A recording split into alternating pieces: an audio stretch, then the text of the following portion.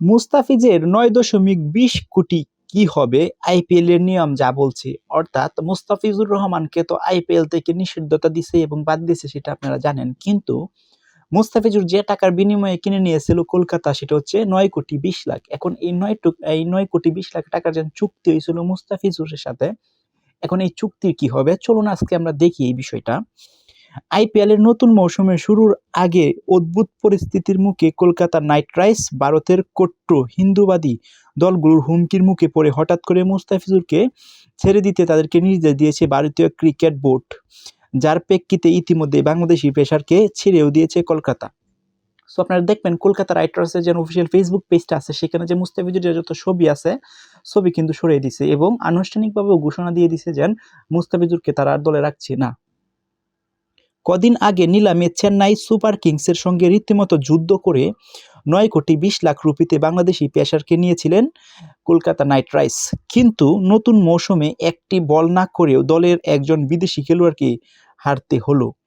IPL এর নিলামে নিয়ম অনুযায়ী কোনো খেলোয়াড়কে কেনার পর একটি ব্রাঞ্চিং পার্টস বন্ধ লক হয়ে যায়, তবে মুস্তাফিজুর ক্ষেত্রে পরিস্থিতি ভিন্ন।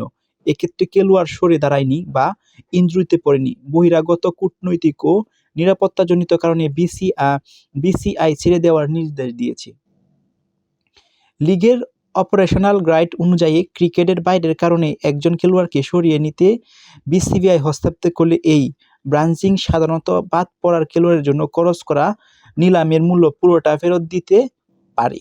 সেক্ষেত্রে কলকাতা তাদের খরচ না করা ৯.২০ কোটি রুপি ফেরত পাওয়ার দাবি রাখে।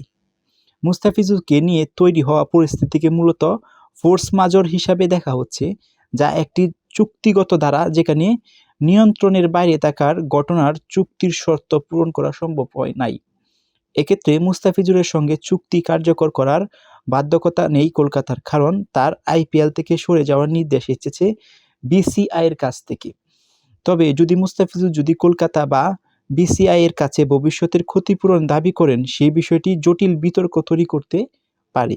এই রিফান্ড গুরুত্বপূর্ণ কারণ এতে রেজিস্টার্ড 11 ফ্লো কিংবা দ্রুতগতির রিপ্লেসমেন্ট ড্রাফে নিজেদের পূর্ণ অর্থনৈতিক সক্ষমতা পাবে কলকাতা। এই অর্থ ফেরত না পেলে কলকাতা এমন পরিস্থিতি মাসুল শুনতে হবে যাতে তাদের কোনো ভূমিকা নেই। মুস্তাফিজুরের মতো মানসম্পন্ন একজন খেলোয়াড় স্থলাভিত্তিক কাউকে তারা পাবেন না। বোর্ড অবশ্য নমনীয়তা ইঙ্গিত দিয়েছে। সেক্রেটারি দেবজিৎ সাইকিয়া নিশ্চিত করেছেন বিসিআই কলকাতাকে একজন স্থলভিত্তিক খোঁজার অনুমতি দিবে, তবে কিভাবে এবং কখন ফান্ড ফেরত আসবে সে বিষয়ে নির্দিষ্ট করে কিছু জানাননি তিনি।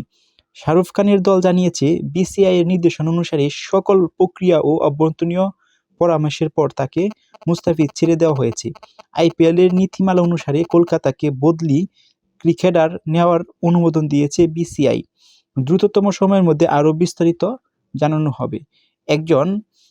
একজন বিদেশি খোঁজার জন্য কলকাতার হয়তো পুরো ৯.২০ কোটি রুপি থাকবে, কিন্তু ডেট ওভার স্পেশালিস্ট হিসাবে মুস্তাফিজুরের মতো সমানের বোলার খুঁজে পাওয়া খুবই কঠিন হবে তাদের জন্য। ডেফিনেটলি এটা একটা স্ট্রংলি ভাবে কথাটা বলছে, কারণ ৯০.২০ কোটি টাকা কিন্তু একটা হিউজ পরিমাণ টাকা। এই টাকাটা কিন্তু অন্য একটা দলের একটা প্লেয়ারকে ওরা কিনতে পারবে, কিন্তু মুস্তাফিজুর যে কাটার মাস্টার এবং যে বোলিং যে পারফরমেন্স সেটা হয়তো কলকাতা নাইট রাইডার্স পাবে না, কারণ ওরা কিন্তু বিগত সালে যত ম্যাচগুলো খেলছে মুস্তাফিজুর রহমান সেগুলোর মধ্যে কিন্তু দারুণ পারফরমেন্স করছে। সো সেদিক থেকে যদি আমরা চিন্তা করি তাহলে মুস্তাফিজুরের মতন এরকম পারফরমেন্স বলার হয়তো ওরা দলে ইনভলভ করতে পারবে।